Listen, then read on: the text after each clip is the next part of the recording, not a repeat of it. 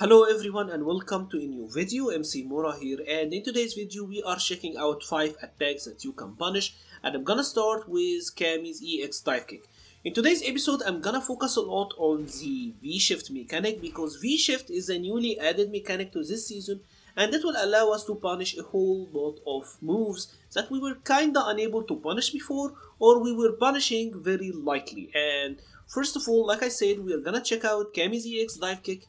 Cammy's EX dive kick was very hard to punish before. You could kinda punish it on wave like that, but on block it was actually pretty hard. As you can see, that one was barely -3 and it was really poorly spaced. That one was +2, that one was neutral, so it was pretty hard to punish previously, right?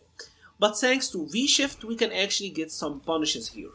Now, there is a general rule of the thumb that you have to know in regards to V-shift. The earlier you V-shift something, the more frame advantage that you're gonna have.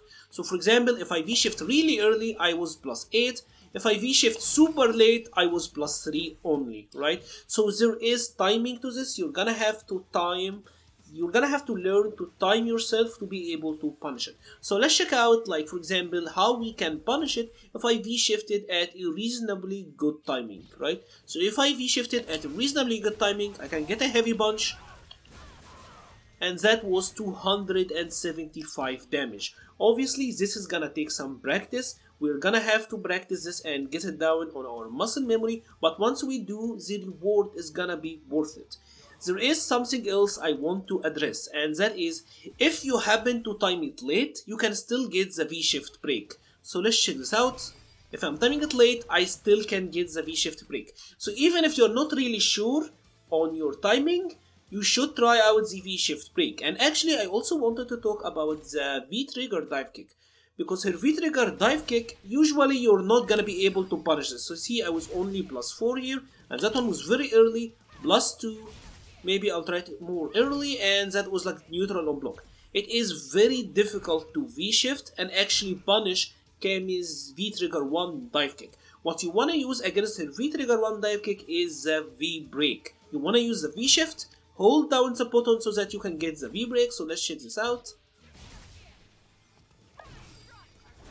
This is the most reasonable punish that you are gonna get against her V-trigger 1 dive kick. It's not optimal, but at least you made her waste her V-trigger bar and you got a little bit of grey health on Cammy.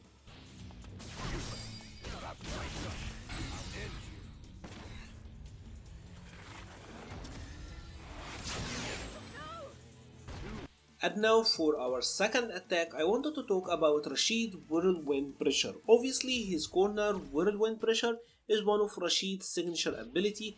Typically, Rashid would do something like this. He would do the heavy tornado or the EX and then use his V skill, and that was used to basically extend his turn and keep plus frames. You are seeing that Rashid is +2.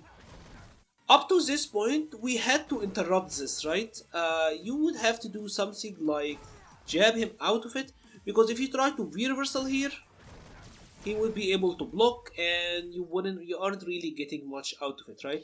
So you had to interrupt, and on interruption, maybe you could do jab scissors. That is alright damage.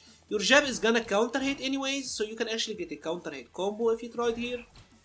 So maybe you were getting something like this, which again, it's not bad, but you're not getting that much, and you are required to react super fast, right? So let's now check out how much you can actually get if we try to V-shift this. So let's check out the same situation again.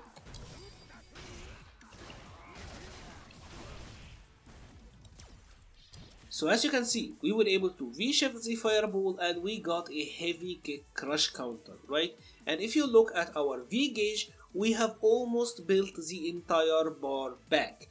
Not only did we get half of the bar back because of the V-shift, but also because we were able to crush counter Rashid out of his V skill, we actually almost built our entire bar back. Let's check out the same sequence, but he's gonna use his EX tornado, and you know what, he's also gonna do the V skill kick follow-up. So let's check out what Rashid is gonna do. The EX tornado and the V skill follow-up. This is gonna ensure that we have the least amount of time possible to actually punish Rashid. So let's try this out.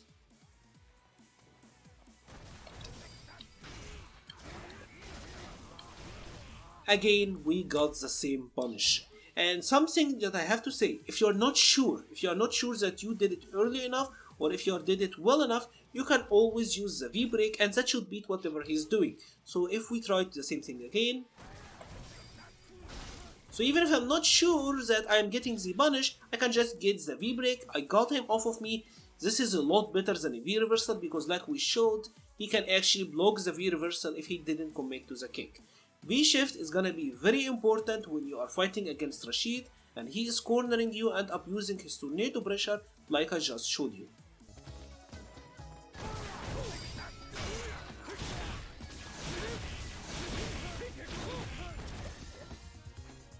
And now for our third attack, I wanted to talk about Honda's medium punch headbutt. Honda's medium punch headbutt was a very problematic attack. It would leave him at a -7 or a -8, and the distance would vary a lot depending on where the attack started from, right? But typically many characters didn't actually have punishes. Someone like Lucia here, there wasn't a real answer to this, right? None of your normals would reach. Even if I tried to sweep him, it wouldn't reach. The only way to punish this with Lucia was to be in V-trigger and block it from a reasonably close distance and get reversal timing. So that was obnoxiously difficult. If I did the same thing but from a little bit of a distance like that, he get to block and I die. So it was unreasonably hard for characters like her to actually deal with it.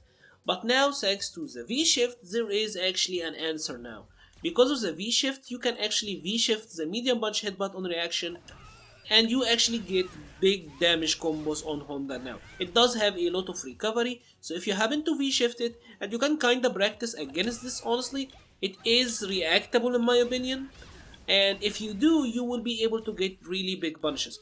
This is very important when you're playing against Honda. If your character can't punish the medium punch headbutt on block, I highly implore you to practice this, because it's gonna make a very big difference in the matchup results between your character and Honda going forward.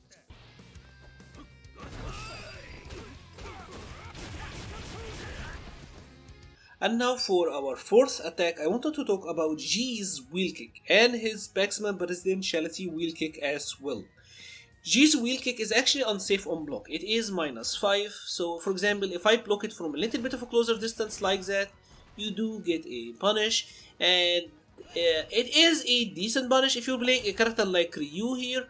Obviously, Ryu can parry it and get punishes on that, so he does have options. However, you can also use the V-shift to get a punish here. So as you can see, after a V-shift I was +10. So this means I could, for example, sweep him, I can V-shift and then super.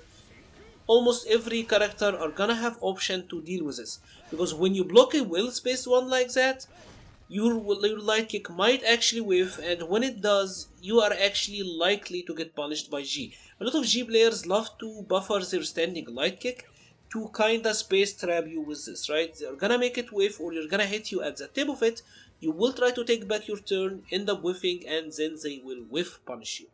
The same can be said about his Maximum Presidentiality or EX1. This one is actually completely safe on block, right? So this is -2 on block, but again, with V-shift, you actually get punishes here. So this is really good, right? Now V-shift will allow you to punish these moves if you were able to react to them. I again also highly recommend that you take some time to practice this, because also like the Honda one, this one could actually prove to be very useful. You're gonna get some punishes out of situations where you would have gotten space trapped otherwise.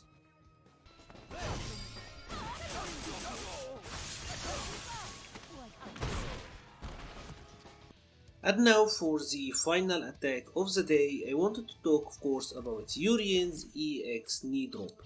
This attack is very good. It's actually pretty hard to anti-air. As you can see, if you were a little bit late on your timing, you're gonna get stuffed. It trades with many anti-airs. Depending on the spacing, it might outright beat them. So it is a hard attack to deal with. Of course, it is anti-airable if you have a DP. If your timing and spacing is perfect, you can actually anti-air it. So again, you can kinda anti-air it, but like you've seen, it is pretty inconsistent. It is a hard attack to anti-air, in all honesty. But now, again, thanks to V-shift, we can actually V-shift this and punish it. So let's check this out. We were +8 and we managed to get a medium punch. Again, you can kinda consistently punish this. Even if you do it super late, you should still get a V-break. If you're a little bit up closer, you can get like a jab to like light beach.